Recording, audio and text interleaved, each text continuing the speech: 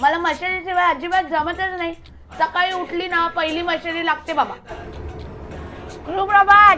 मला मशेरी लावल्याशिवाय प्रेशरच येत नाही हो. डब्बा घेऊन काय केलेलीस? अरे ते मशेरीचा वास घेतल्याशिवाय ना असं प्रेशर नाही. सकाळी उठल्यावर मशेरीचा वास तरी लागतो. मशेरीचा डब्बा कुठे गेला कुठे गेला कुठे गेला? माझी आई तर तंबाखू भाजून खायची. 4 वाटीत वास गेला तरी कोण काय बोलत नाही. मी ते समोर ठेवलेला डब्बा असतो. थांबा. माझी सून आहे ना तिला घाण वाटते. म्हणते आई अशी इथे नका लावू तिथे नका लावू.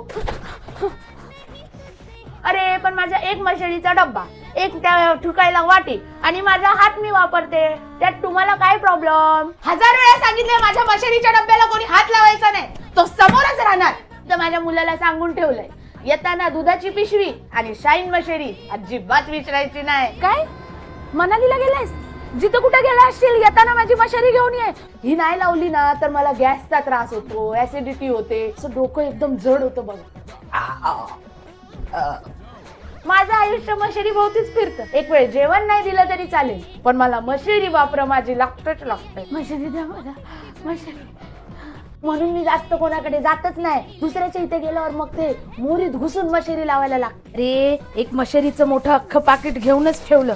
इथे पण नाही मिळालं तर मशेरीच्या बाबतीत मी अजिबात रिस्क नाही घेत. हे घे, हे पण त्या बॅगेत ठेव. मी तर म्हणते माझ्या शेवटच्या घटकेला पण मी याची मशेरी लावतच जावी.